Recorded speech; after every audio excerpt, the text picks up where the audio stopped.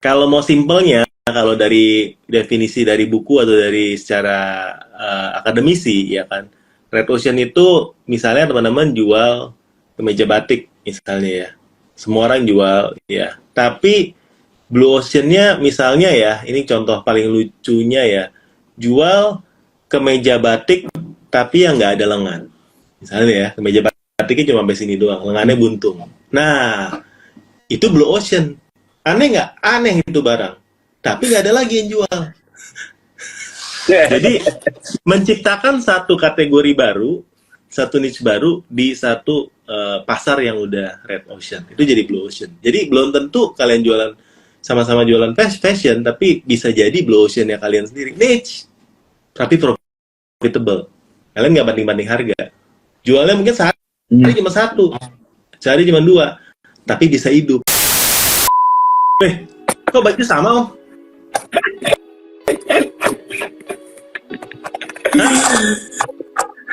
Sama ya bajunya ya? Baju samaan kita nih.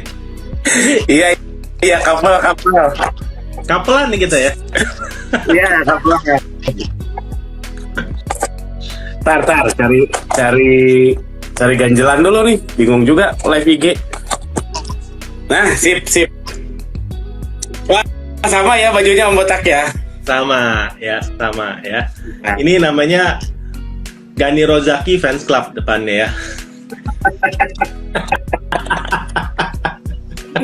Enggak lah, fans club ini mah cuma komunitas di MBGR Bandung, mentoring bisnis gratis. Nah, jadi forum ada Bandung ya tuh, mentoring bisnis gratis Bandung ya, teman-teman yang di Bandung.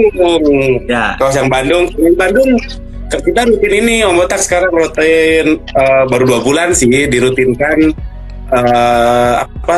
roadshow tiap bulan satu tempat ngumpul. Jadi ke seller ini bareng-bareng gitu. Roadshow. Mantap. Cuma kalau nggak salah dengar-dengar membernya syaratnya harus cowok ya Om ya. Kalau cewek nggak boleh ikut ya. Cewek deh, tahu kenapa? Boleh dong, harusnya boleh sih. Tapi mungkin karena takut kayaknya. Takut kayaknya. Aduh ya. Oke. Thank you Om udah mau install Instagramnya lagi ya. buat live malam hari ini ya. Cuma kita mau bahas topik yang Om udah bahas di YouTube. Jadi ini ide topiknya ini saya ambil dari kontennya Om Gani ya. Jadi saya tadi udah bilang intronya ya, topiknya saya lihat dari last video Om Gani ini ya, salah satu yang cukup viral ya. Waktu kita mau ngobrol, kita mau ambil tema apa? Ini aja deh, kelihatannya asik nih kalau kita bahas ya. Karena saya sendiri juga merasa ini sangat relatable lah buat seller ya, sangat relatable buat seller. Oke, kita bahas Om, yuk kita bahas ya. Ini berarti topiknya ya, seller bangkrut tanda tanya ya. Satu dulu ya, seller bangkrut Om. Ini asumsinya dari mana Om? Banyak yang curhat ke Om Gani kah kalau dia bangkrut Om, atau Om Gani sendiri yang bangkrut ya? Tanda tanya nih Om. Tanda tanya Om ya. Saya nggak bilang tanda tanya nih. Gimana sih Om ceritanya bisa dapat ini topiknya? Dari kesaksian apa? Dari cerita curhat-curhat DM yang masuk dari member MBGR atau gimana Om? Enggak. Sebetulnya ini konten yang seller bangkrut itu nyontek Koryo Gandhi, ada konten yang sama. Jadi saya lagi stuck nih bikin apa ya. Terus saya lihat di YouTube tuh ada suggested video namanya. Jadi kita konten mana aja sih yang nge-refer ke konten kita. Cobain deh, konteksnya sama. Ternyata bagus. Jadi itu sebenarnya yang Koryo Gandhi memang viewsnya banyak banget, itu 20.000 views. Saya coba bikin yang kurang lebih konteksnya sama, angle berbeda, rame juga. Jadi itu sebenarnya bukan karena inputan atau apa, jadi cuman saya coba lihat pasar kontennya ya, saya coba pull the market, saya bikin, dan alhamdulillah lumayan ngekor dari si Koryo Gandhi gitu. Oh, ini dari Rio Gandhi punya, ya siap. Ya. Jangan lupa subscribe ke kontennya beliau, itu juga keren-keren. Ya, Ini dua suhu saya ya kalau di YouTube ya. Kita soalnya followernya mirip-mirip ya, pasti yang top 10 yang channel yang di follow tuh ada Rio, Gandhi sama Gani Rozaki udah pastilah ya, dari bulan ke bulan pasti ini. Jadi suhu saya lah di dua ini ya. Tapi memang bener Om, kalau mau ditanya, emang bener banyak seller yang bangkrut ya. Kalau menurut Om gimana? Jujur saya belum pernah lihat sih yang bangkrut ya. Nah, definisi bangkrut dulu apa Om Botak? Bangkrut tuh kalau bayangan saya bangkrut tuh sampai jual aset dan nggak kebayar juga, itu bangkrut sih menurut saya. Sampai jual semuanya, jual mobil, jual aset-aset perusahaan ya, apapun itulah, sampai nggak bisa bayar hutang, nggak bisa bayar karyawan, itu saya bangkrut. Cuman kalau bangkrut saya belum pernah lihat. Kalau definisi itu, jujur saya pribadi belum lihat secara langsung. Dengar beberapa kali lah, tapi lihat secara langsung belum pernah. Gitu Om Botak. Tapi kalau yang mengecil, UMKM yang usaha mikro, usaha menengah, kecil, mengecil lagi, UMKM itu banyak sih. Tapi nggak bangkrut kok. Jadi yang bisnis saya pun sekarang kayak gitu ya, mengecil. Teman-teman juga ada yang mengecil tapi nggak bangkrut sih, masih bertahan, alhamdulillah. Gitu Om Botak. Berarti fenomenanya ini sebenarnya lebih ke tadi orderannya mungkin omsetnya gede, sekarang mengecil. Nah, berarti lebih ke sana ya tepatnya ya kalau dilihat dari ini. Saya sih setuju ya, yang itu saya setuju sih. Kalau dibilang bangkrut mungkin enggak ya, tapi lebih tepatnya banyak yang kalau saya lihat pivot aja sih Om. Jadi sekarang mungkin buka offline ya, sekarang mungkin balik kerja lagi, sekarang mungkin bisnis tapi bukan online lagi ya. Jadi mungkin ada pivot aja, which yang menurut saya namanya bisnis wajar ya, namanya bisnis wajar ya kan. Jadi kita mau bahas deh Om ya, kalau dari Om Gani sendiri, apa yang menyebabkan akhirnya mengecil? Wah, kalau tahu pasti udah cari solusinya Om Botak. Ya nggak? Tar. Iya. Jadi kenapa mengecil? Mungkin dari zona nyaman ya, kayaknya main di ini aja terus, dan ternyata kompetitor kan lebih luas ya, yang baru-baru lebih luas, lebih bagus juga. Kitanya di atas nggak lihat itu ya suatu keniscayaan sih. Kalau kita nggak inovasi terus, ya suatu keniscayaan sih kayak gitu.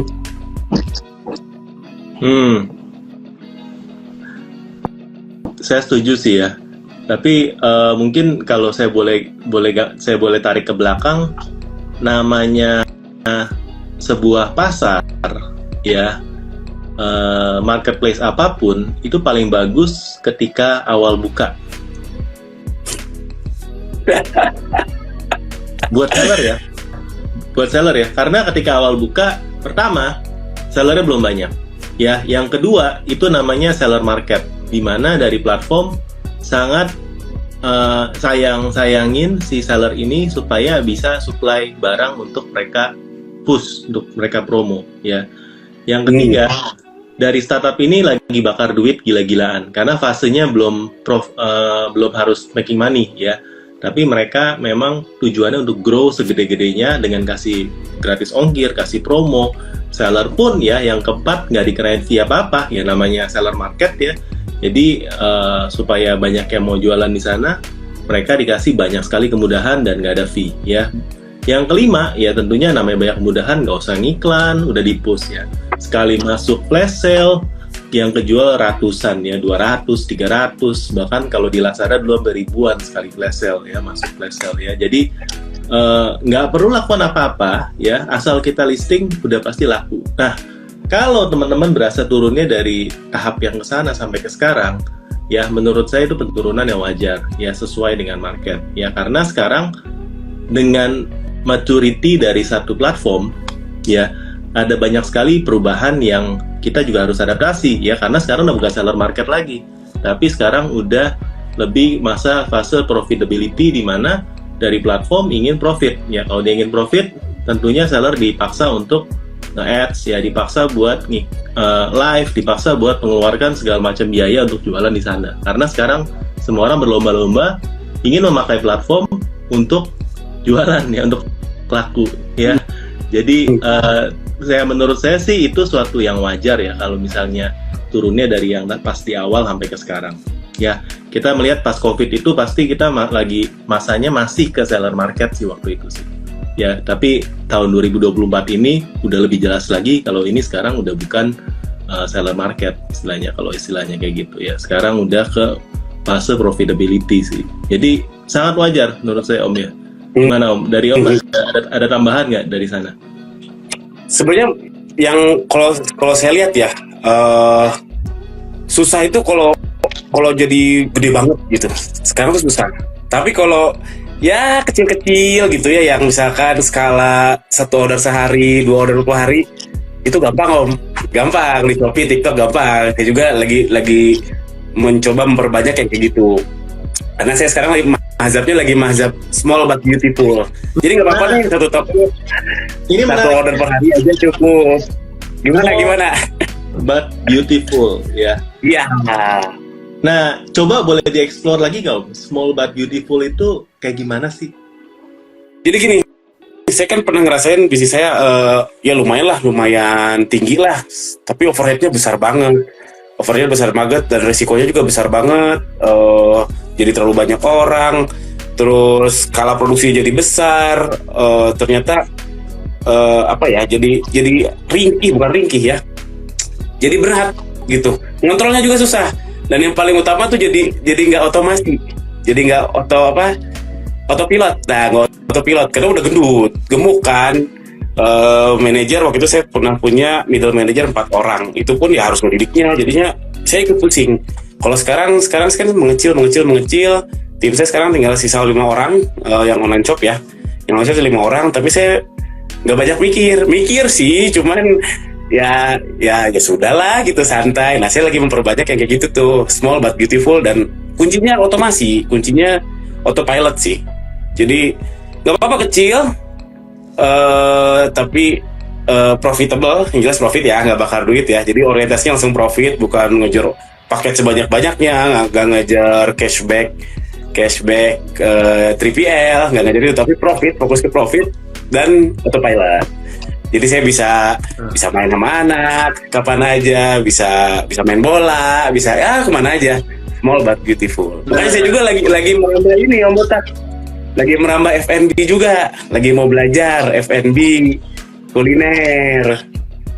Jadi karena saya pikir-pikir nih kenalan, ternyata banyak yang pebisnis kuliner. Kayaknya seru nih main kuliner. Tapi small but beautiful juga sih rencananya kayak gitu. Menarik nih Om, menarik ya. Nah, saya tapi masih kurang jelasnya di sini sih Om. Kenapa waktu Om timnya banyak sampai punya 4 manajer, ya, malah nggak bisa autopilot dibandingin sekarang yang cuma 5 malah bisa lebih autopilot. Kenapa Om? Bukannya harusnya kalau udah punya middle manager yang sampai 4 itu Om bisa lebih autopilot karena udah ada manajer yang ngawasin dibandingin 5 sekarang. Benar juga. Kenapa ya? Kenapa? Berarti kenapa ya? Harusnya berarti kalau secara logika ya, udah ada orang yang handle, gue bisa tinggal. Kalau sekarang cuma ada 5, ya pasti kepalanya kita dong. Harusnya nih ya. Kepalanya kita dong. Kalau ada apa-apa kan kita nih cari kan. Iya betul. Berarti waktu ketika gemuk ya mungkin belum nemu aja caranya sih. Mungkin kurang lama, di puncaknya kurang lama. Kalau agak lama dikit mungkin ketemu caranya biar lebih autopilot, lebih nggak resah gitu. Kayaknya gitu. Kalau sekarang memang saya jadi puncak ini ya, puncak yang ditanya ya. Tapi most of the case sih anak-anak udah tahu sendiri sih. Paling si bapak gini, gini. Dan mereka pun kadang berani ngambil keputusan. Nah, itu juga kalau tim kita udah berani ngambil keputusan yang berorientasikan untuk kepentingan bersama, insya Allah ya percaya aja. Kadang saya sekarang slow respon, dulu tuh harus depan WhatsApp aja. Sekarang kadang saya balasnya sejam kemudian, 2 jam kemudian. Oh, Ternyata ketika dia nanya udah melakukan ini, oh nggak masalah karena dia sudah paham. Gitu sih. Karena kecil, mungkin karena skalanya sekarang kecil, risikonya kan nggak besar. Kalau dulu skala kecil, misalkan salah produksi 50 roll misalkan, oh itu nggak bisa tidur saya om. Tapi kalau sekarang misalkan salah produksi cuma 1-2 roll, ya elah nggak apa-apa lah, tenang. Kayaknya gitu deh.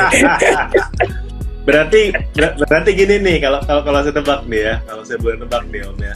Kalau dulu 50 roll, dana cadangannya atau dana daruratnya itu belum tentu cukup buat tutupin kalau itu fail, kalau itu gagal. Benar. Satu roll, dana daruratnya lebih dari 1 roll ya. Jadi itu mau gagal pun nggak apa-apa, gue bisa main bola ya nggak apa-apa. Oh 1 roll, ya udah, ya coba lagi nih, dana gue masih banyak, masih bisa digas. Iya. Ya, make sense. Bisa jadi sih kayak gitu. Iya. Saya kebetulan nih, ini cocok nih om ya. Mungkin kita berdua sampai ke fase ini sih ya. Saya sendiri juga sama, saya juga banyak yang saya kecilin. Ya online juga saya kecilin. Ya tapi kalau saya namanya konsepnya, saya ambil istilah bonsai om. Ya kecil tapi tumbuh dan profitable ya. Balik lagi kata kita malam ini profitable sih om. Ya jadi kecil tapi namanya kecil ya om ya, kan satu nggak cukup ya. Harus ada banyak, jadi kecil ya. Jadi saya sih setuju nih ya, berarti kita lagi di fase yang sama. Karena menurut saya sekarang ini kalau teman-teman mau main online, kita bahas online ya, yang akan tanda kutip bangkrut. Tadi kalau teman-teman ikutin dari awal ya, kalau nyampe di tengah ini nanti takut salah pengertian ya, nonton dari awal ya. Jadi kita bahas bangkrutnya istilahnya seperti apa. Yang akan bangkrut, yang akan kegencet, yang akan bubar, yang paling merasakan pukulan dari perubahan sekarang itu middle seller. Bukan seller kecil, bukan seller gede dalam kategori. Ya. Kenapa seller middle ya? Seller kecil kalau ada perubahan, misalnya sekarang disuruh live, yang turun live siapa? Ya ownernya. Ya kalau owner turun live bisa nggak? Bisa. Mau nggak mau kan, owner harus survive kan. Disuruh live bisa, ya kan? Disuruh memperkecil gimana? Ya cuma asal buat biaya hidup, biaya makan ya masih bisa online, masih bisa banget ya. Kata tadi Om Gani kan bilang ya. Kalau seller middle gimana? Yang turun live kan bukan dia lagi kan, harus ada tim, cari tim mahal, pakai agency mahal, ya. Kalau misalnya buat ngurus iklan siapa kalau bukan dia, ya pakai agency, ya pasti keluar biaya, ya kan. Kalau urus apa, jadi serba tanggung om. Fasenya itu nggak gede sekali, tapi middle. Sedangkan kalau seller gede, saya rasa bisa banget buat survive. Karena mungkin sekarang udah kita di algoritma marketplace guys ya, dimana the winner takes all kalau mau dibilang ya. Yang paling kuat penjualannya, yang paling kuat untuk bidding kata kuncinya, yang paling kuat untuk ngambil paketan-paketannya yang bisa jadi mall, jadi official store itu akan ngambil ya mayoritas daripada omset kategori karena dia menguasai kata kunci. Jadi bisa dibilang the winner takes all. Yang small ini masih bisa hidup ya, dia bisa kecilin cost, kecilin operasional, berkelit ya. Tapi yang tengah-tengah ini ngejepit. Nah masalahnya yang saya temukan sekarang, yang banyak teriak adalah yang tengah. Ya, nggak tahu kalau teman-teman relate atau enggak ya. Ini saya temukan sendiri the hard way ya teman-teman ya. Ya, mungkin sama kayak Om Gani ya, saya temukan ini the hard way ya teman-teman. Saya pernah buat konten juga di YouTube tahun lalu ya, teman-teman boleh nonton ya. The hard way ya. Tapi menurut saya kalau small dan teman-teman ya ini boleh ikut komen. Ini kan bebas nih pendapat saya kan. Pasti masih bisa. Ya. Pasti masih bisa. Iya. Ya. Dan yang gede masih bisa, makin bisa menurut saya. Karena yang tengah ini pada gugur semua. Teman-teman banyak yang gugur nih ya. Setelah lebaran ini banyak yang gugur. Kenapa? Karena nggak kuat disuruh kirim di hari yang sama. Ya. Dropshipper banyak yang gugur.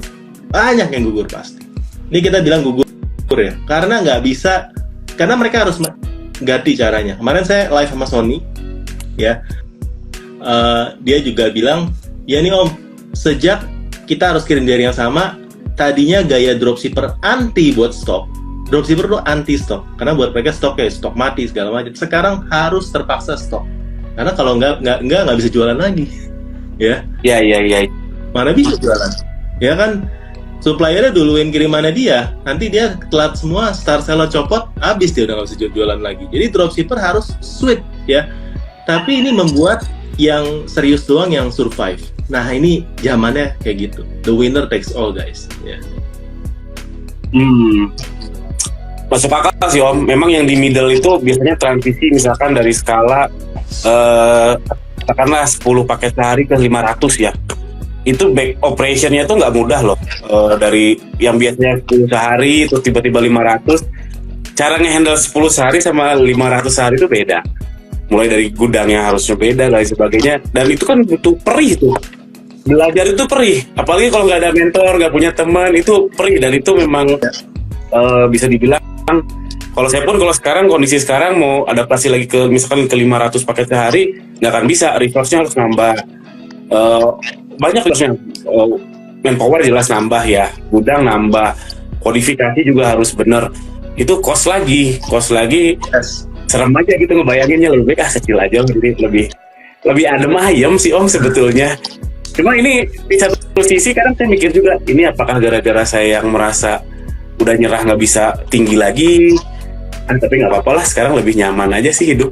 Lebih tenang, bikin konten, nge-live sama Om Botak, main sama anak, jalan-jalan gitu aja sih, lebih tenang. Tapi yang besar, setuju yang kata Om Botak tadi, yang besar profit besar juga ada sih, banyak. Biasanya tuh yang nempel sama supplier atau import langsung, itu bagus sih. Memang bagus sih, banyak sih Om. Ya, jadi kalau teman-teman bilang pasar sepi, nggak juga ya. Saya kan banyak bedah toko ya Om ya. Yang bagus yang lagi berkembang tuh banyak Om sebenarnya, ya kan? Banyak. Nggak. Ya kalau teman-teman berasa kanan kiri sepi, ya biasanya yang lagi rame diem-diem aja sih ya. Pertama ya, yang lagi rame diem-diem aja ya. Karena kedua, teman-teman gaul sama teman yang salah.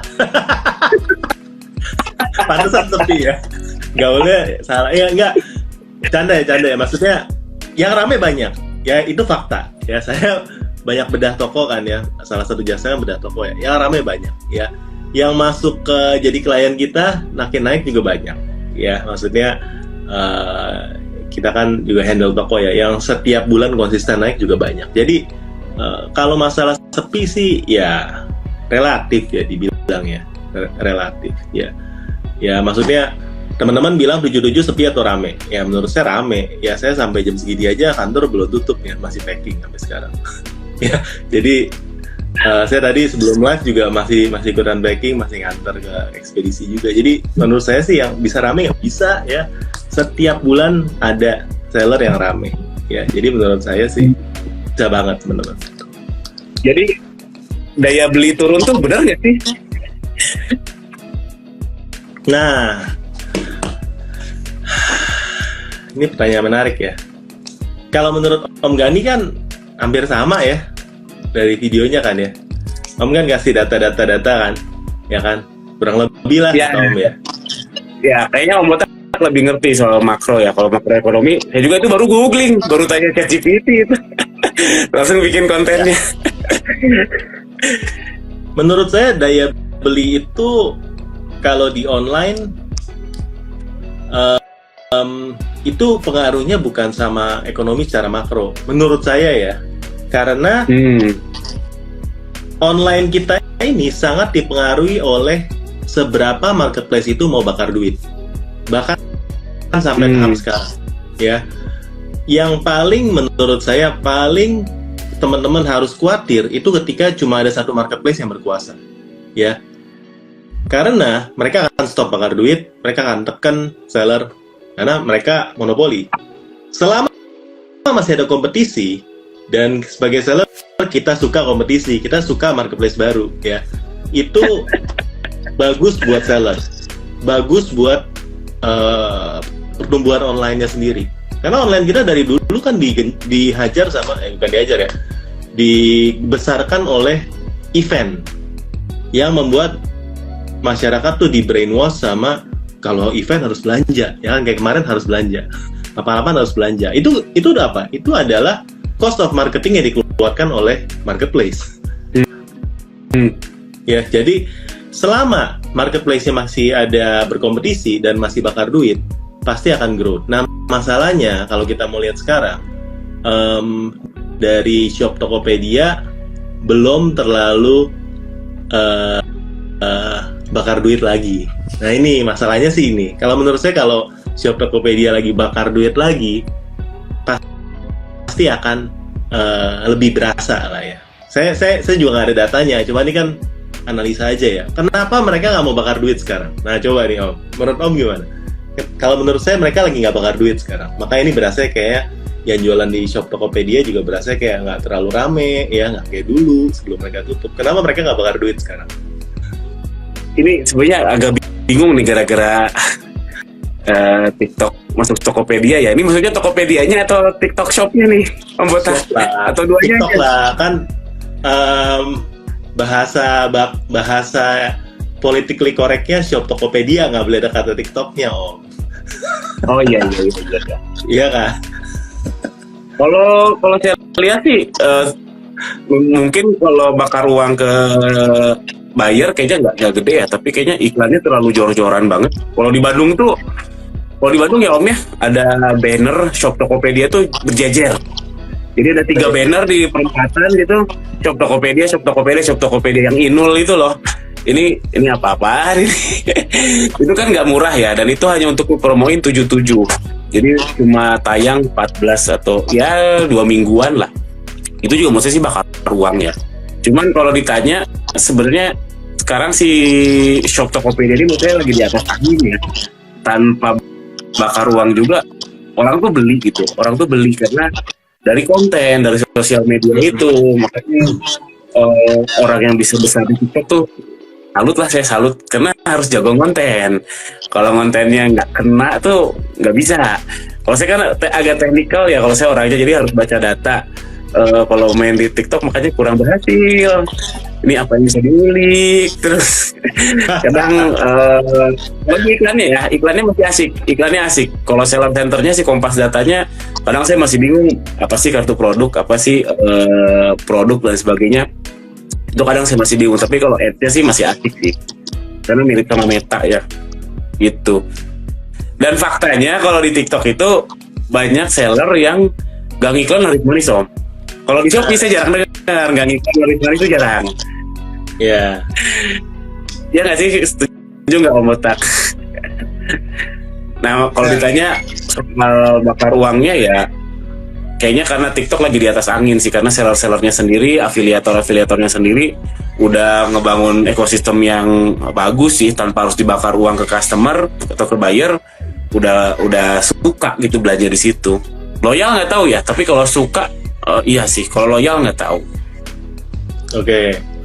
Nah ini kan saya berkaca dari, saya tuh baru main ke Malaysia Om. Saya ngobrol sama influencer di Malaysia. Soal TikTok juga di Malaysia, soal Shopee gimana, saya ngobrol sama trainer Shopee di sana juga.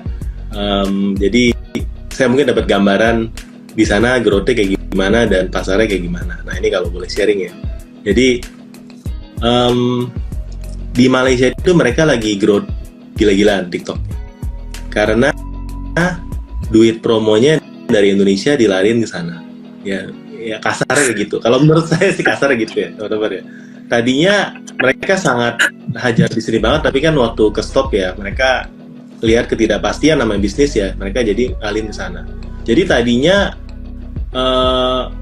nggak seramai sekarang lah ya, tapi sekarang semua yang mau growth, mereka harus growth di TikTok. Ini kenapa? Ini saya ngobrol sama beberapa influencer ya, soalnya saya belum share di mana-mana nih ya, saya masih fresh dari sana.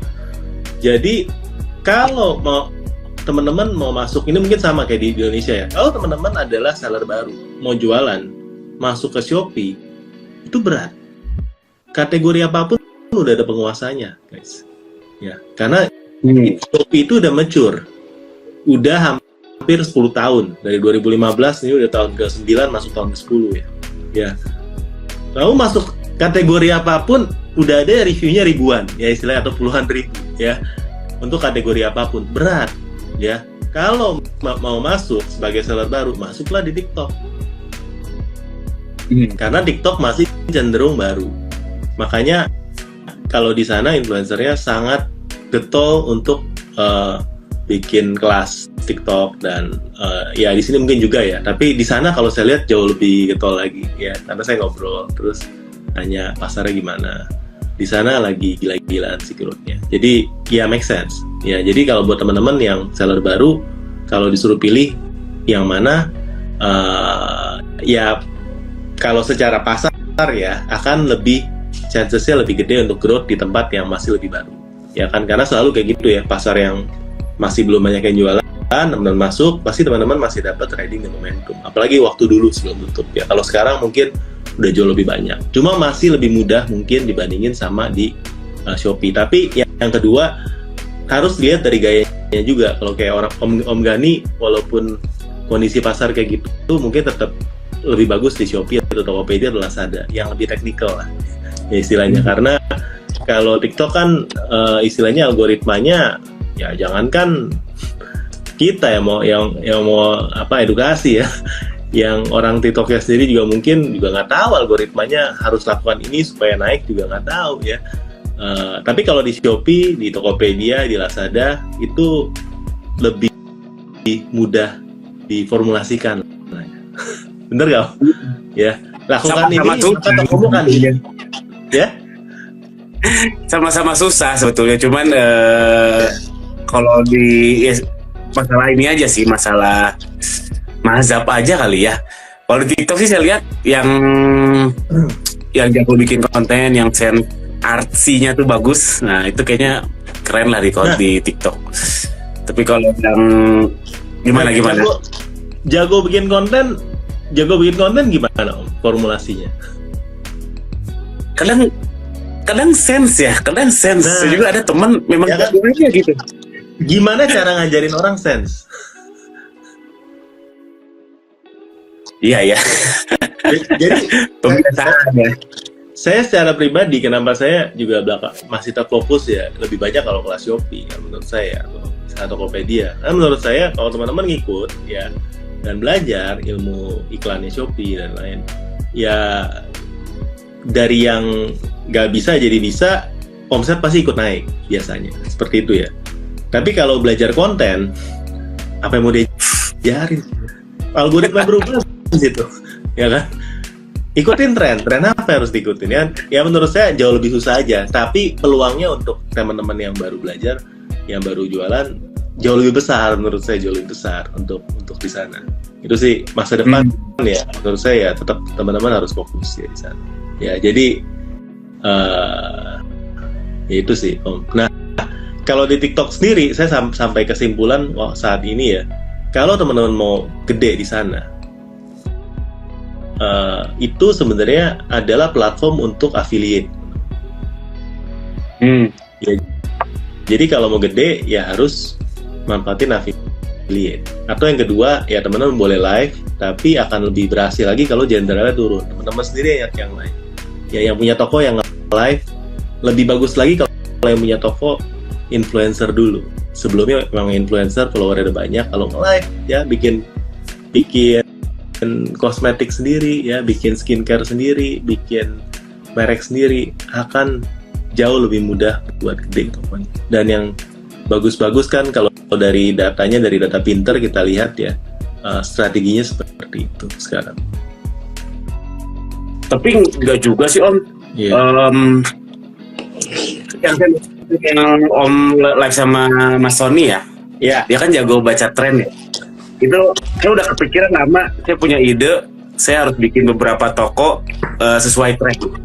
Pas lihat dia, wah sebulan 90 juta.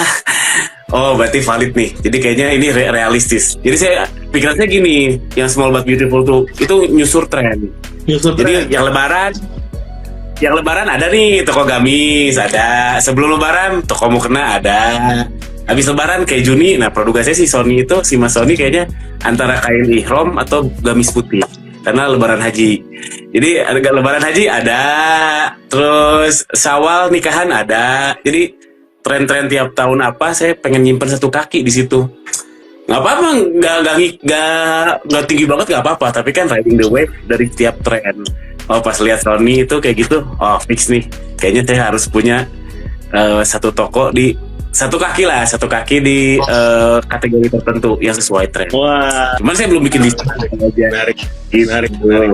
Berarti ini small but beautiful ya, small but beautiful diterapin di tren ya. Om kemarin ngikut ya Om ya, pas saya live Mas Sony itu.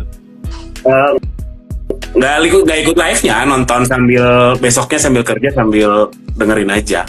Oh iya. Tapi nggak nonton pas lagi live. Siap. Nah kayak Om Botak kan punya lagi musim hujan, nah punya lagi musim apa punya, nah itu kayaknya menarik. Wah, Jadi riding jangan dibacain itulah. nanti ketahuan ini.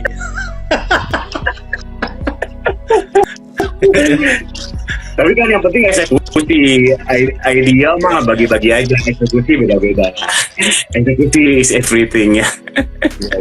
Itu saya kepikirannya, jadi pas kemarin nonton yang sama Mas Sony itu valid nih, fix eksekusi fix, karena dia hebat banget bisa kayak gitu. Berarti kan fix nih eksekusi gitu Om Botak. Terima kasih sudah menginspirasi. Sama ya teman-teman di sini. Kalau yang penasaran boleh nonton ya.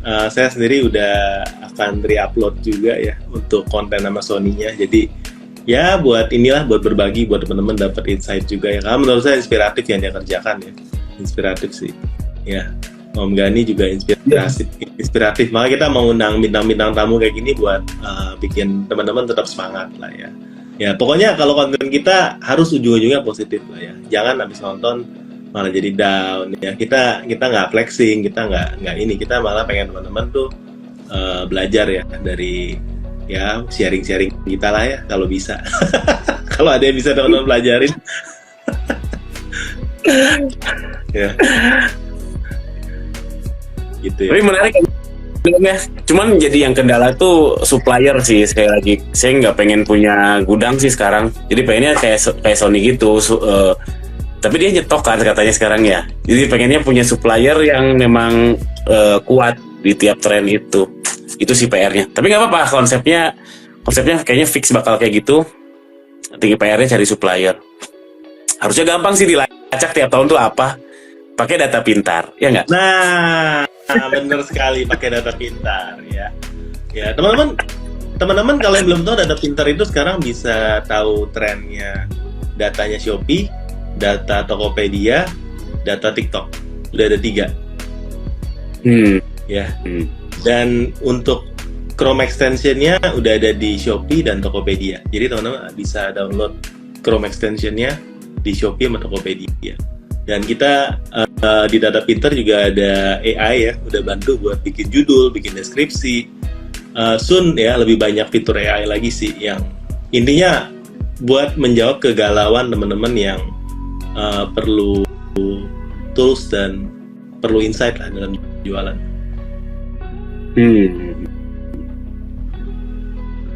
Mantap. Siku zero. Ya. Oke, kita ini jawab pertanyaan teman-teman yang ada tadi. Saya udah sempat baca-bacain ya, tapi saya belum sempat komen ya. Boleh dong nanya-nanya ya. Nanti saya mau tanyakan ke narasumbernya nih ya, Om Gani ya. Mumpung Om Gani di sini, walaupun dia selalu hadir sih. Dia orang paling rajin yang bikin konten setiap hari. Gue sih salut sih, bener Om. Gue sih salut. Masih tetap setia bikin konten ya, walaupun kadang ada yang nonton, kadang kagak, tetap gas terus ya, hebat ya. Ya jadi cuan Om, sekarang mau yang penting cuan ya.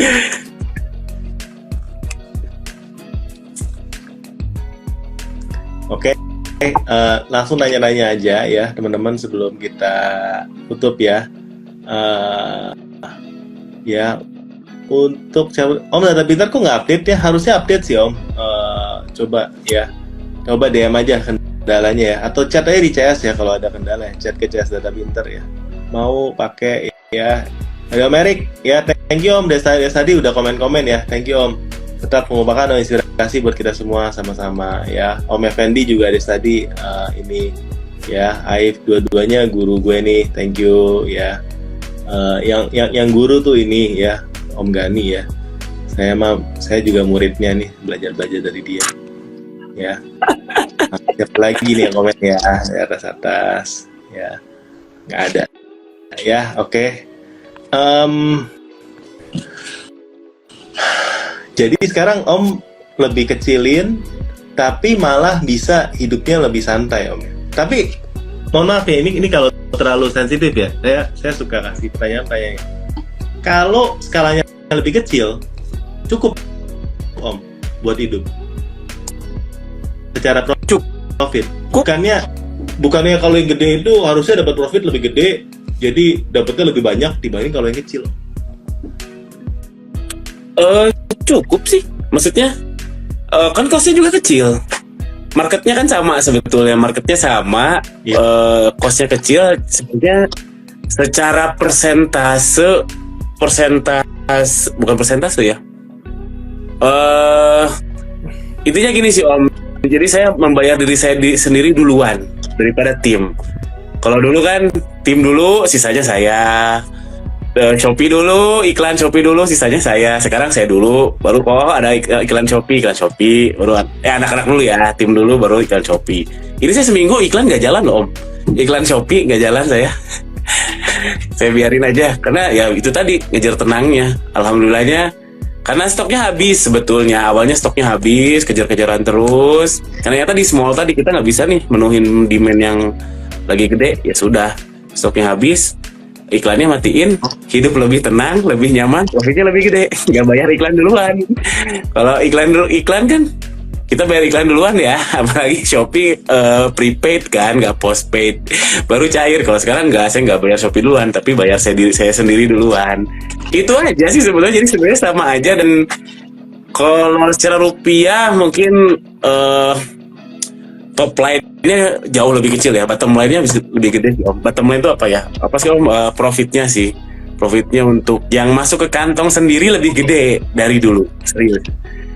Mungkin bisa dibilang lebih egois kali ya. Jadi justru nih, ini sebenarnya menurut saya penting banget ya buat teman-teman yang mungkin menurut saya lebih muda, biasanya tuh lebih ngegas ya. Kalau kita mungkin di fase yang udah lebih slow ya, masih lebih ambisi lah ya, pengen kelihatannya kelihatan keren. Kalau jualan gimana, paketnya banyak ya kan, pengen kelihatan paket banyak, jadi digas terus ya kan. Untung rugi nggak tahu deh ya, nggak tahu cara ngitungnya juga kan, kadang-kadang kan nggak tahu kan ya, jadi nggak tahu ya. Dibanding teman-teman harus lihat, harus ngerem dulu ya. Ini karena dari Om Gani bilang, justru waktu dia omsetnya gede, ya bisa punya 4 manajer buat ini, dia dapat menggaji dirinya sendiri, malah sisaan, ya remahan rengginangnya doang, ya. Kalau sekarang diambil dagingnya dulu, ya remahan rengginangnya dikasih ke marketplace, ya. Jadi malah sekarang kebalikannya, malah sekarang lebih gede. Tapi saya setuju, ini saya benar-benar setuju, karena saya juga mengalami yang sama, karena saya sempat waktu gede-gedenya juga di pas COVID lah ya, itu sampai saya nombokin dari uang sendiri buat bayarin gaji dulu ya, karena perputaran itu ya. Jadi sekarang enggak, sekarang small but profitable ya, dan hidup lebih tenang, saya setuju ya. Tapi mungkin fasenya kita pernah ngerasain sih Om, yang rame-rame kayak gimana. Saya rasa kita berdua pernah rasain. Jadi nggak ada rasa penasaran, nggak ada hal yang harus dikejar lagi. Ada sih, kalau saya masih ambisi masih Om, pengen dapat uang banyak. Tapi bukan dari soal paket sih Om. Kalau saya ya.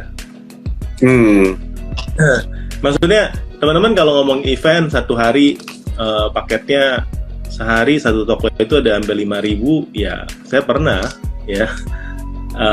Tapi apakah saya mau lagi ya, saya sih mikir-mikir belum tentu saya mau lagi, karena Kalau sekarang untuk dengan deadline Shopee yang sekarang dan lain-lain juga, yang harus disiapkan harus banyak orangnya, harus benar-benar gede banget ya. Saya memilih untuk ini aja, maksudnya menurut saya kalau dulu kita masih bisa kirim kayak berapa hari setelahnya ya, seminggu masih aman. Ya resinya di scan dulu, dihajarin dulu di ini tuh masih bisa. Jadi banyak cara dulu. Sekarang nggak kayak gitu guys, ya beda banget zamannya sekarang.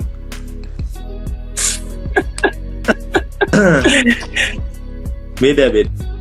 Tapi bisa nggak buat jadi gede? Bisa ya. Dan teman-teman kalau ada di posisi itu enak ya, karena winner takes all menurut saya, winner takes all. Nggak ada salahnya sih, gede juga nggak ada salahnya sih sebetulnya. Nggak ada salahnya, benar-benar saya setuju. Jadi bukan nggak motivasi teman-teman jadi gede, nggak ada salahnya. Ya cuma kebetulan ya saya mau gantinya ada di fase itu aja sekarang. Mungkin nextnya kita bisa ngomong berubah lagi juga bisa ya.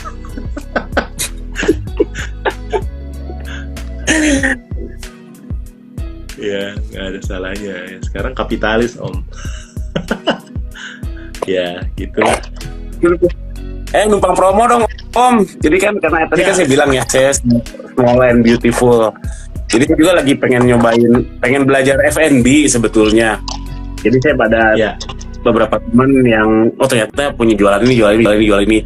Nah saya pengen ngajak teman-teman nih belajar bareng. Nah belajar bareng kita bayar ke mereka ya urunan lah, kurang lebih urunan, bayar ke yang kalau di Bandung sih lumayan terkenal lah si tempatnya.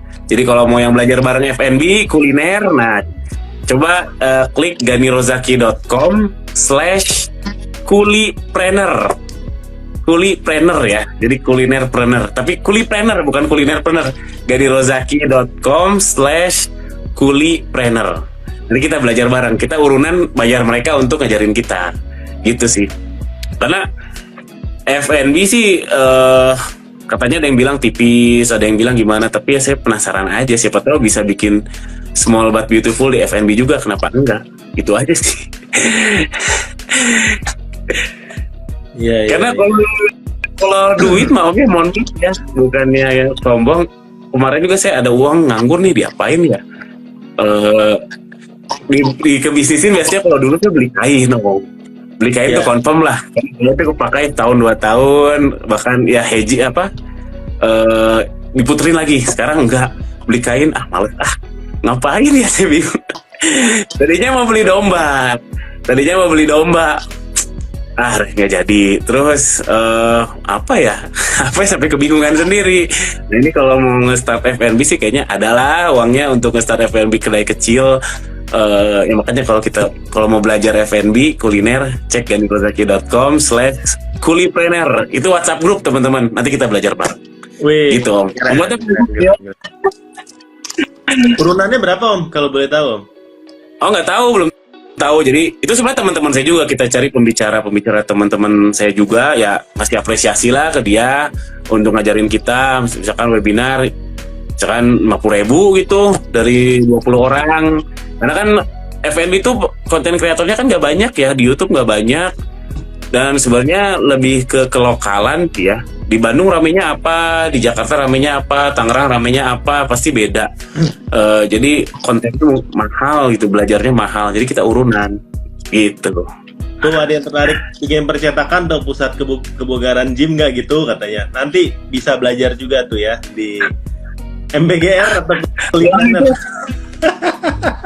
Itu si Zero yang bikin kawas ini om, si Akung. Ini ada ya, keren. Itu sponsornya MBGR bikin kaos ini gratis. Semua dibagiin sama doi. Keren. Follow tuh Instagramnya Kung Zero, keren. Ya, Akungnya kita ya. Gue juga buat kaos botaker sama itu, jadi teman-teman boleh follow ya. Trusted, recommended, Kung Zero. Gimana? Apalagi om? Nggak sih, saya senang aja sih dapat validasinya sih, saya senang. Ya menurut saya itu Ya kebetulan lagi di fase yang sama aja sih kita. Kebetulan lagi di fase sama. Ya. Ya, tapi teman-teman jangan ngikutin ya. Belum tentu ini cocok buat teman-teman ya. Please ya. Jangan ditelan mentah-mentah semua yang kita ngomongin ya. Kita juga gak tahu apa yang minimal gue juga gak tahu apa yang kadang gue ngomongin ya. Ya, jadi jangan ditelan mentah-mentah guys ya. Tapi pragmatisnya gini Om. Ini pragmatisnya ya. Buat saya pribadi bikin toko baru jadi star nggak susah lah. Saya pede lah, 3 bulan pede lah. Dengan bakar uang nggak terlalu banyak. Dan sepengalaman saya ya, toko star itu saya belum pernah lihat. Saya ya, Om Botak mungkin pernah lihat karena lebih banyak yang dilihat. Sepengalaman saya, kalau Shopee yang udah star itu nggak pernah orderannya kalau nggak ngiklan ya, 0 banget selama sebulan tuh saya belum pernah lihat. Jadi selama dia chatnya aktif, dipakai sundul, terus ya dirawat lah si tokonya, walaupun nggak ngiklan, orderan 1 seminggu tuh insya Allah ada. Jadi saya mikir, oh kayak gitu kenapa nggak dibanyakin aja star seller, karena untuk mencapai ke situ tuh gampang lah. Saya mencapai bikin 1 toko star seller, 1 order per minggu itu mudah. Tapi kalau dia dari 1 order per hari nih, kan 1 order per minggu mudah. 1 order per minggu ke 1 order per hari ya agak butuh effort, kadang ya ngulik-ngulik datanya, kadang otomatis, kadang ini butuh effort lah. Nah dari 1 ke 10, nah itu lumayan susah. 10 ke atas susah banget. Nah kalau gitu kenapa nggak di fase mudahnya aja tapi banyak, small but beautiful. Semua bonsai kalau bahasanya Om Botak. Kalau pengalaman saya gitu, Om Botak pernah lihat nggak sih yang toko Shopee yang starnya dicabut tapi gara-gara nggak ada penjualan? Bukan penalti ya, tapi gara-gara nggak ada penjualan. Pernah lihat nggak sih? Saya belum pernah lihat. Biasanya kebanyakan ya kalau penjualan dikit lama-lama nggak di maintain sih Om. Akhirnya starnya hilang sendiri karena chatnya rendah habis itu. Jadi biasanya sulitnya, apalagi teman-teman yang udah kebiasa tokonya rame ya, pasti untuk maintain toko-toko yang orderannya sehari belum tentu ada. Karena biasanya toko-toko kayak gitu makin sepi, makin kita nggak rawat. Karena kita makin nggak semangat. Iya benar. Ya kan, makin kita nggak punya effort atau waktu untuk mikirin toko itu. Jadi itu PR sih. Maksudnya yang Om Gani bilang punya banyak, terus mau dirawat semuanya, itu di prakteknya susah. Karena pada dasarnya kita manusia akan lebih prioritasin sesuatu yang menurut kita sumbernya kita di sana. Secara psikologis ya Om. Jadi menurut saya sih akan sulit sih untuk bisa bikin toko banyak. Makanya saya tetap kagum buat teman-teman dropshipper dulu yang bisa punya toko puluhan, ratusan, terus jalan semua. Itu hebat sih, ya bisa bikin sistemnya atau gimana. Karena sulit sih, menurut saya sulit. Ya. Tapi sekarang kan mudah Om, pakai omni channel kan, chat mudah. Betul. Jadi teman-teman bisa pakai omni channel tuh. Bisa pakai apa? Pakai Desti ya, Desti Chat bisa teman-teman. Kalau mau tinggal DM saya, kita bantu.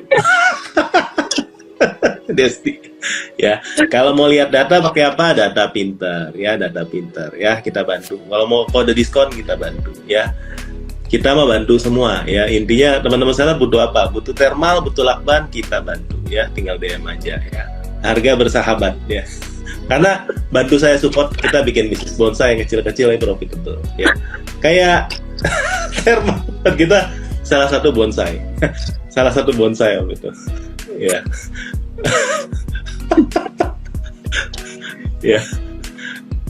Ya, thank you buat teman-teman yang udah order label ya dari saya. Selamat label, lakban, thank you banget. Udah support channel juga. Repeat ordernya tinggi Om ya berarti? Ya, tinggi.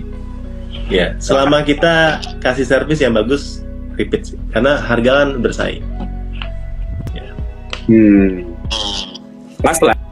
Om Botak bikin konten ini terus jualan lakban juga, pas banget lah. Maksudnya kan jualan ini mau jualan template. Jadi template iklan, template evaluasi Shopee, evaluasi TikTok, evaluasi ya macam-macam lah, nantilah kalau teman-teman di sini follow YouTube saya mau jualan template. Wah, ini ada validasi dari Om Aziz nih ya. Thank you Om sharingnya Om. Setuju Om, saya cukup 2 niche tapi menguasai penjualan dari semua pesaing itu udah sangat lebih dari cukup. Amin ya. Nah, ini berarti validasi kalau kita nggak perlu sasar yang gede-gede banget tapi niche market, tapi dapat 2 lagi ya. Ini udah pas, udah lebih dari cukup. Mantap ya, mantap. Ya. Ini saya jadi kepikiran satu cerita nih Om. Ini kemarin ada yang datengin saya pas saya lagi kelas. Dia bilang, Om, saya tuh distributor AC ya di Jakarta lah, distributor AC. Tapi saya pengen bikin toko skincare. Gimana sih mulainya? Saya langsung bingung ya. Karena kalau dari saya logikanya ya, kenapa mesti buat skincare baru? Kalau sekarang kenapa nggak AC-nya lo onlinein aja, ya kan? Karena kalau dari probability ya, ini dari saya ya, maksudnya saya bisa salah, tapi saya kan udah ketemu banyak ya toko ya. Saya kalau ditanya dengan teman-teman yang misalnya punya background di teknik ya, atau udah distributor AC, udah tahu cara mainnya, udah tahu semua supply chain-nya, kenapa nggak itu yang di-online-in? Karena sesuatu bidang yang nggak seksi, yang ribet, yang barrier to entry-nya tinggi, ya, dan kelihatannya marginnya tipis, itu akan jauh lebih jalan dan jauh lebih profitable, lebih stabil dibandingkan bisnis yang teman-teman nggak paham, ya, yang kelihatannya keren dari luar, tapi begitu dimasukin belum tentu seindah itu. Ya, maksudnya ini dari kacamata saya kalau melihat dia udah mainin di distributor AC, terus dia mau lihat skincare yang kelihatannya wow gitu ya.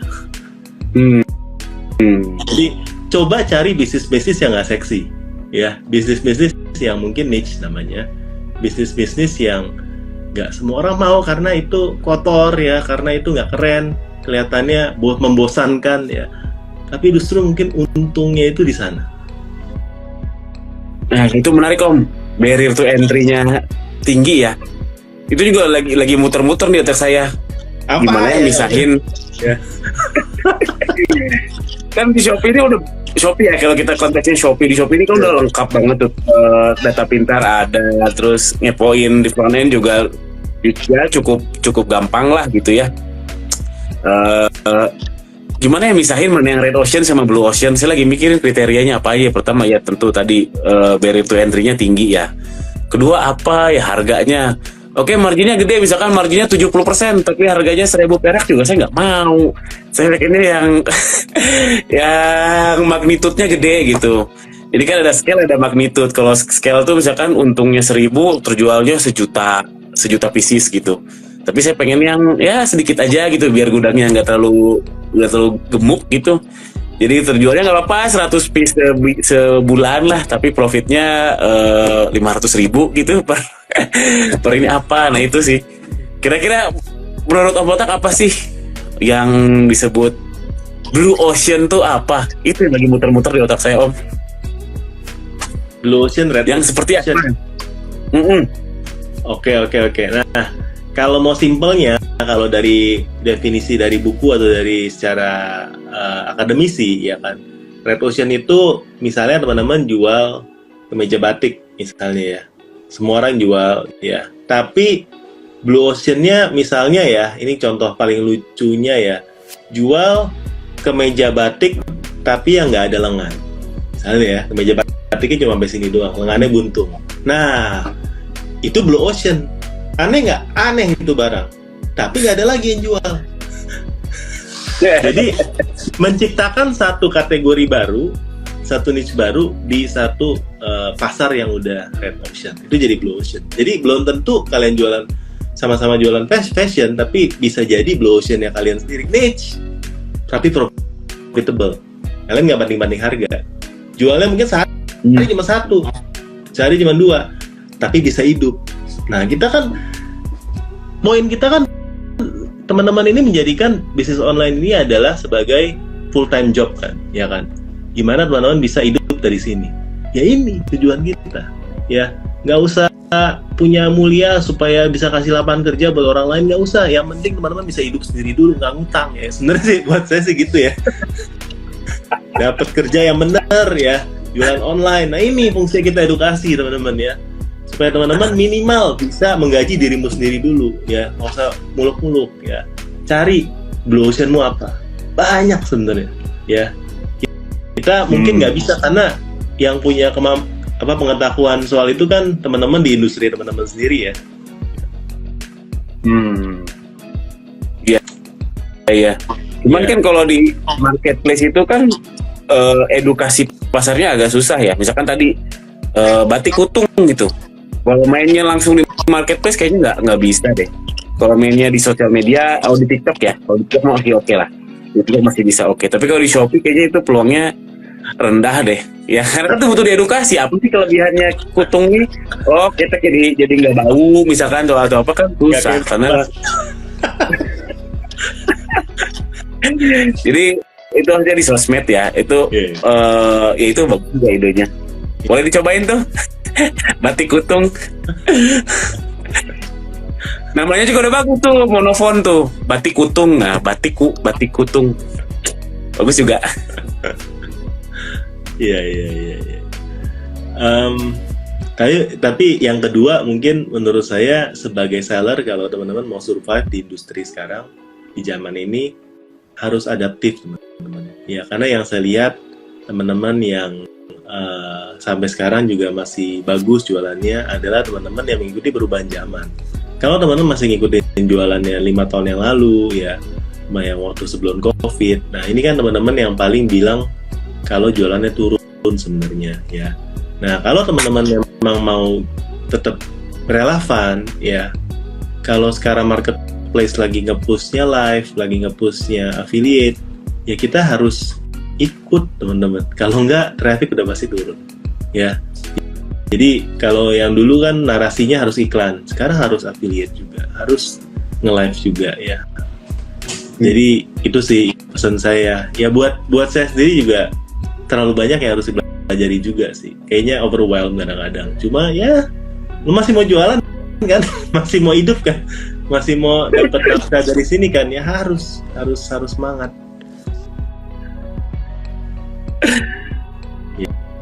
Ya harus tetap semangat ya, gitu sih ya. Nah, pengalaman jualan Artinya kan jualan sekarang kan lebih mudah ya sebetulnya, entry-nya lebih mudah ya. Sorry, bukan jualan, nyari duit online tuh sekarang jauh lebih mudah sih Om. Entah jalurnya dari konten kreator, dari afiliator, atau dropship oke lah, mungkin bakal kena tumbang, kena babat dalam waktu dekat. Tapi kan jalurnya bisa dari afiliator ya. Ternyata afiliator dulu, afiliator yang rame nih, oh ternyata supply-nya mulai banyak apalah, diskonnya jadi mahal, bikin sendiri aja, susah amat kan, udah punya pasarnya, udah punya niche-nya, misalkan afiliator peci misalkan, ternyata ini suppliernya si tokonya udah mulai sombong lah, nggak ngasih apa, ya udah bikin sendiri aja kan, tahu HPP-nya bisa profit lebih tinggi, dan masih banyak lagi. Jadi sih menurut saya sekarang tuh lebih mudah sih dibanding dulu ya Om ya. Sekarang lebih mudah, nggak harus beli buku, cukup di YouTube, tinggal follow, subscribe YouTube saya, subscribe Om Botak dan yang lainnya, itu cukup, dan nggak harus berdarah-darah dulu. Terus sekarang sih menurut saya sih lebih mudah Om. Iya, pasti dibandingin sama zaman saya resign buat jualan online, beda banget lah sekarang, jauh lebih mudah ya. Saya lagi nulis buku nih Om, jadi jangan sampai ada message jangan beli buku. Pertama, karena tokonya gue jualan buku ya, toko Om Botak jualan buku teman-teman. Contohnya cari di Shopee, di Topet ya. Kita toko buku online, jadi belilah buku ya, yang original ya, yang original hanya di mana nih, jadi Om Botak ya. Teman-teman cari buku di kita ya. Yang kedua, saya lagi nulis buku juga, buku kedua. Jadi memang seneng sih ya, pengen punya karya juga, jadi lagi nulis lagi mudah-mudahan Agustus udah, ini lagi masa PO, jadi mudah-mudahan Agustus kita lancar terbit. Mantap. Mantap. Apa nih judulnya? Spill dong, penasaran. Ya, judulnya ada nanti di highlight ya. Tapi judulnya ini cuan kilat dari Shopee. Cuan kilat dari Shopee. Ya, pengalaman aja sih yang relevan dengan sekarang apa yang harus dilakukan buat teman-teman. Terutama buat teman-teman pemula yang pengen dapat fundamentalnya benar gitu.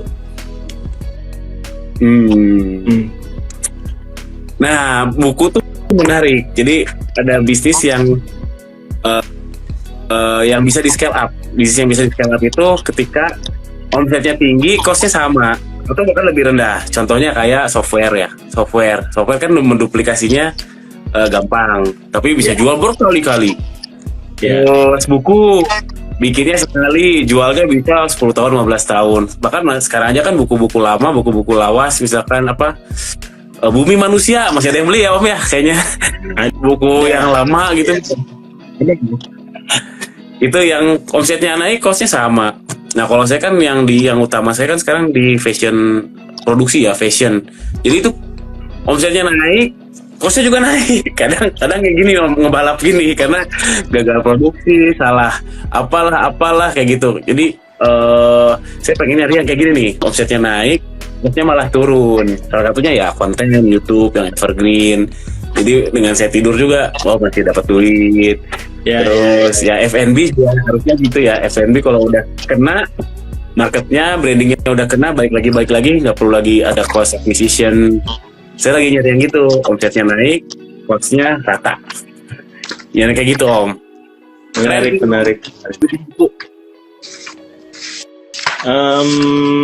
Ini kayak cukup relevan sih sama yang saya baca ya. Bukunya ya jadi kalau teman-teman pengen scale up ya ada 4 resource yang bisa dipakai ini judulnya The Almanac of Raffi Navickan ya, teman-teman bisa beli di Om Botak ya, ada di Almanac ya kalau teman-teman ini. Ya jadi intinya teman-teman kalau mau scale up ada 4 yang bisa dipakai nih. Ini beda buku ya teman-teman. Pertama, yang paling teman-teman pasti udah pakai itu manusia. Ya, jadi kalau mau scale up cepat, pakai orang yang banyak. Ya, tapi ini adalah yang paling sulit ya dan paling costly buat teman-teman lakukan scale up dengan cara ini. Karena punya orang banyak, kepusingannya pasti juga banyak. ya kan. Tapi teman-teman bisa dan biasanya udah lakukan ini. Yang kedua, kalau mau scale up-nya yaitu dengan capital. Ya. Nah ini juga sulit. Kenapa? Karena capital ini kecuali lo miliarder ya, capital ini harus ada yang invest atau kita harus pinjam. Nah ya jadi dan untuk punya capital teman-teman biasa harus kerja dulu dalam waktu yang lama buat ngumpulin. Jadi ini juga nggak semua orang bisa gitu ya pakai capital. Ya. Yang ketiga biasanya orang bilang pakai teknologi. Nah ini yang SaaS ini yang kita bisa scale up dengan cara yang Om tadi bilang ya. Jadi bikin satu SaaS ya, bikin satu ini itu scale up tinggal jualannya 10, costnya tetap sama. Ya ini adalah cara scale up yang paling disarankan. Nah sama buku ya, disarankan sama SaaS ya. Makanya saya mau jualan template. Iya. Saya mau ya. Satu lagi saya lupa karena saya nggak siapin, nanti saya nyontek. Tapi intinya saya setuju itu. Jadi kalau mau scale up ya dengan adanya teknologi itu akan sangat membantu.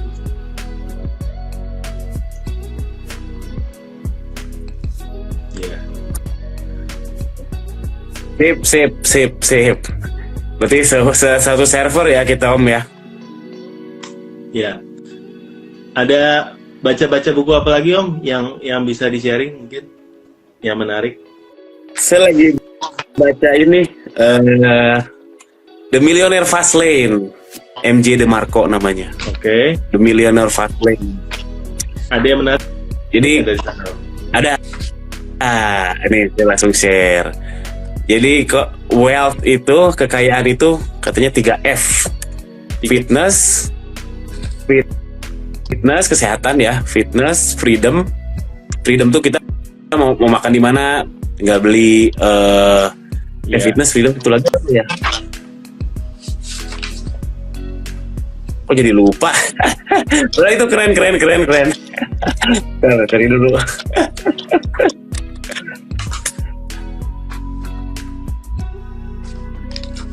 Oh iya. Family fitness sama freedom. Jadi kita kalau punya banyak uang, nggak punya teman, nggak punya keluarga juga percuma katanya. Tuh. Oh benar. Alhamdulillah saya punya teman, punya keluarga, bukan orang yang dimusuhi gitu ya. Terus fitness, sehat. Makanya orang-orang kaya tuh olahraganya rajin. Lihat aja orang-orang kaya yang beneran ya, yang kaya beneran itu olahraganya rajin karena punya uang nggak punya kesehatan juga cuma. Soalnya itu freedom. Foto of July lagi itu kan dia hobi banget olahraga kan. Yang terakhir freedom, kebebasan memilih apa mau makan di mana. Gue hobi banget nge-gym. Udah kaya biasanya. Oh iya itu Sultan Bandung. Setuju. Sultan Bandung. Yang terakhir yang menarik, yang freedom. Jadi freedom itu kebebasan memilih sih, dan nggak harus kita harus sama seperti punya Om Botak, punya Pajero Sport tua gitu kayak Om Botak, kan nggak harus. Kita freedom memilih mau sekolah, anak sekolah di sini bisa. Saya mau umroh bulan depan bisa. Saya mau makan yang enak sekali-kali bisa gitu, nggak pakai mikir. Itu freedom, itu butuh uang. Oh iya, gini yang bikin menarik itu, jadi bukan uang duluan, tapi dia bilang 3F itu family, fitness sama freedom. Jadi punya uang nggak punya keluarga, nggak punya teman percuma. Punya keluarga, punya uang, nggak punya kesehatan percuma. Kalau saya 2 udah dapat nih, alhamdulillah saya bukan alhamdulillah keluarga ada, masih lengkap, family fitness alhamdulillah sehat sekarang. Alhamdulillah sehat sekarang ya, freedomnya belum nih. Kadang mau kesana masih mikir, nah tinggal freedomnya aja. Itu sih. Karena kita kerja kan buat mendapatkan 3F itu ya. Kita kerja, kita mau sukses untuk mendapatkan 3F itu, ya kan? Karena kayak financial freedom itu adalah yang saya baca ya, kebebasan untuk tidak melakukan atau memilih untuk melakukan apapun yang kita mau, karena ya itulah freedom ya maksudnya. Karena udah punya financialnya udah safe gitu, jadi bisa punya freedom untuk melakukan apa yang kita mau dan tidak melakukan apa yang tidak kita mau, bisa dibilang kayak gitu. Ya. Ya, dan saya setuju banget 3F ya. Nah, saya baru nyontek lagi nih catatan saya soal tadi ya. Jadi kalau teman-teman mau punya leverage atau daya ungkit, ya teman-teman tadi di bukunya ini ya, di Almanac of Naval Ravikant ya, teman-teman bisa cari di Om Botak. Jadi bisa people pakai orang, ini yang paling jelek ya. Kalau buat scale up pakai orang itu paling jelek. Yang kedua itu adalah capital tapi susah dapatnya ya, karena kita mesti kerja dulu buat dapat capital. Yang ketiga, ini paling mudah ya gitu. Susah Om, capital itu dimiliki oleh orang-orang tertentu, dan untuk kita ngumpulin kita harus kerja berapa puluh tahun baru ngumpulin itu Om, capital. Iya, mungkin kalau udah dapat, kalau udah punya capitalnya, itu kayaknya paling mudah ya. Oh iya, itu kan salah satu yang dari dulu kan paling, istilahnya kalau kita udah punya capital ya kita nggak usah kerja juga bisa hidup kan Om. Tinggal muterin capital yang udah ada aja kan. Jadi biasanya orang nggak punya itu kan, asumsi orang nggak punya lah dari nol kan. Nah yang ketiga, produk ya, atau software atau produk lah ya, dan media. Nah ini yang kita lagi bangun Om, media. Kalau teman punya media ya, yaitu sebagai influencer, punya channel ya, punya followers, itu adalah cara kita buat scale up. Dan banyak orang yang scale up dengan cara cepat dengan menggunakan media sekarang ya. Menurut saya software, produk, dan media itu adalah cara leverage yang teman-teman sekarang bisa lakukan sekarang, yang cost-nya zero lah istilahnya. Teman-teman tinggal spend waktu dan energi di sini. Dicatat dicatat beneran ini. Jadi kalau teman-teman udah punya media, misalnya udah jadi influencer di TikTok ya, atau dimanapun lah, platform manapun ya, bisa hidup teman-teman, asal tahu cara monetize-nya aja, bisa hidup ya. Dia udah punya kolamnya, bisa hidup. Karena sekarang cara paling gampang buat bikin toko adalah dengan jadi influencer. Teman-teman jadi influencer, jadi afiliatornya udah hidup. Mau punya brand sendiri langsung bisa ya. Karena dia udah punya leverage produk dan media. Setuju.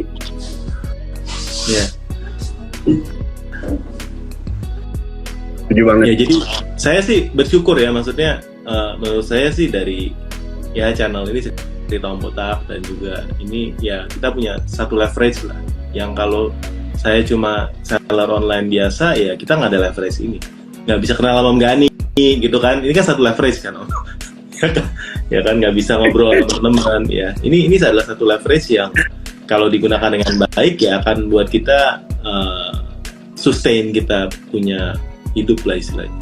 Asal teman-teman pakai ini leverage-nya dengan baik ya. Ini kan daya ungkit atau leverage lah ya kalau mau dibilang. Ya, ini saya belajar dari, ini saya nggak ngarang-ngarang ya. Saya belajar, saya baca buku ya dari yang Babang Naval Rafikan namanya. Apa namanya tadi? Almanak of Naval Rafikan, atau teman-teman boleh search di googling ya, bukunya free kok. How to Get Rich by Naval Rafikan. Kalau senang dengerin audiobook juga ada kok, yang teman-teman bisa download audiobook. How to Get Rich by Naval Rafikan. Ya. Menurut saya seluruh konsep soal ini dijelaskan dengan sangat baik. Saya sih my top recommendation ya kan, kita terakhir kali Om kan nanya kan buku yang direkomendasi apa. Nah ini salah satu yang saya akan rekomend kalau ditanya lagi Om. Nanti saya kirim PDF ya Om, kalau misalnya mau saya kirim PDF. Ya, kalau suka baca bahasa Inggris ya, kalau bahasa Indonesia bisa beli di Om Botak.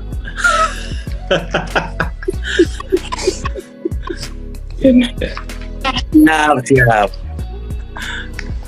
Ya. Naval Rafikan. Oh ya, Rafikan. Ya, dia orang India sih, tapi jago-jago. Keren. Masuk to-do list. Oke, buat teman-teman yang udah nonton, temenin kita ngobrol ngarung ngidul soal filosofi dan lain-lainnya ya. Udah ngobrol soal kesehatan, teman-teman berarti masuk ke dalam obrolan om-om biasanya ya. Om-om yang di umur gini biasa ngomongin soal kesehatan, dokter mana yang bagus ya, cek gula darah kayak gitu-gitu ya. Berarti umurnya udah masuk di umur-umur kita gini ya, cocok ya teman-teman ya. Saya pernah nyoba makan sehat ya Om ya, cobain makan sehat, ternyata nggak bebas kecuali kalau masak sendiri. Tapi kalau misalkan lagi kemana-mana makan, misalkan ke warteg gitu, semuanya berminyak, ke Padang apa lagi. Mau kemana? Sekarang nggak ada pilihan kecuali masak sendiri kalau mau sehat tuh. Jadinya ya olahraga banyakin, dan saya lagi ngurangin nasi sih, nggak apa-apa berminyak tapi nasi dikurangin. Siap. Itu. Siap. Mesti nonton video Adira ya Om, cara makan Padang yang benar. Wah. Oh belum nonton. Ya. Saya lihat itu juga ngapain ke restoran Padang ya, tapi ya gitulah, di fase-fase itulah teman-teman ya. Ya karena kalau udah ada capital ya teman-teman kan, kalau nggak ada kesehatan juga sayang lah, nggak bisa kita nikmatin ya. Jadi kita harus jaga itu semua, balance ya teman-teman ya. Kita doakan yang nonton semuanya tetap semangat ya, sehat ya, dan keluarganya juga semua sehat-sehat aja ya, sukses semua. Karena kita baru lewatin Q2 ya, nanti kita masih ada Q3, Q4 di tahun ini ya. Mudah-mudahan nanti kalau kita lihat ke belakang kita nggak menyesal tentang segala progres dan usaha yang kita lakukan tahun ini ya. 77 udah baru lewat ya, tapi masih 88, 99, 10, 10 sampai 12, 12. Jadi teman-teman semuanya tetap semangat, Ciayo ya, masih bisa kita sama-sama semangat, sama-sama belajar ya. Kita bikin, kalau istilah saya bonsai, istilahnya Om Gani bikin small but beautiful ya. Small and profitable ya. Siap. Ya, thank you banget. Thank you Om udah bergabung, udah ngobrol-ngobrol ya. Senang banget bisa ini. Mudah-mudahan kita ada kesempatan dan di lain waktu ya. Kalau dikasih umur dan kesehatan yang baik ya. Thank you buat teman-teman yang udah nonton kita. Ngasih saran. Iya, siap. Jadi soal kelas, jadi ke saya juga banyak yang nanya soal kelas ya. Saya juga bilang, aduh kalau saya masih sendiri, kalau anggota kan ada timnya, terus banyak ininya. Saya kepikiran bikin ini Om, gimana kalau bikin bootcamp Om? Kayaknya keren nih. Jadi bootcamp entah di mana gitu, di offline biar sekalian liburan gitu, di Malang misalkan 7 hari atau 10 hari. Gak usah banyak-banyak pesertanya, 10 orang gitu, tapi barengan gitu, intensif. Kayaknya asik Om. Jadi siapa tahu mau ngadain, saya siap diundang Om. Ngacung tangan. yang susah mikirin konsepnya Om, dari awal konsepnya, rundown-nya, dalamnya mau ngomongin apa. Susahnya itu. Ya itu soalnya juga ditanyain Kang, buka kelas dong. Aduh, nggak segampang itu buka kelas tuh. Dulu aja saya nyinyir nih, ngapain sih orang buka kelas. Ternyata emang nggak gampang ya. Kalau apalagi offline, kita sewa aja lumayan ya Om ya. Kan nggak mungkin di kafe kan, nggak mungkin di pinggir jalan. Kita sewa ballroom aja udah lumayan. Nah, gimana kalau bikin bootcamp Om? Ayo bikin nih Om ya. Nanti ajak saya Om ya. Malang Om, saya pengen ke Batu. Udah lama pengen ke Batu. Jadi kalau Om ngadain bootcamp di Malang, jadi fee-nya untuk bayar liburan ke Batu, oke? Siap. Ya nanti kita diskusikan Om kalau ini apa. Tapi banyak sih kalau ide sih, saya tahun ini banyak mau hal yang mau kita capai juga sih. Terutama yang apa, keluar juga, saya masih mau ada trip keluar juga ya. Jadi banyak sih yang kita pengen gas tahun ini ya. Kalau saya sih masih semangat terus ya, saya masih terus semangat teman-teman ya. Banyak banget inovasi harus kita lakukan untuk stay relevant. Kayak ini ya, Renald Kasari, stay relevant, keren. Iya. Oke, thank you. Masukannya diterima. Mudah-mudahan kalau kepikiran nanti kita bisa ngobrol lebih lanjut ya. Buat teman-teman juga ya. Oh, Cina lagi ya, pasti nanti ada. Tunggu di Q3 ini kita umumkan ya. Buat teman-teman ya, terus semangat ya. Sampai jumpa di live kita berikutnya. Jangan lupa subscribe ke Gani Rozaki ya, dan juga ke Cerita Om Botak, biar teman-teman dapat konten-konten inspiratif ya soal jualan online. Oke, bye-bye. Thank you Om. Selamat malam, selamat beristirahat. Balik packing lagi 77. Bye-bye. Thank you semuanya. Assalamualaikum.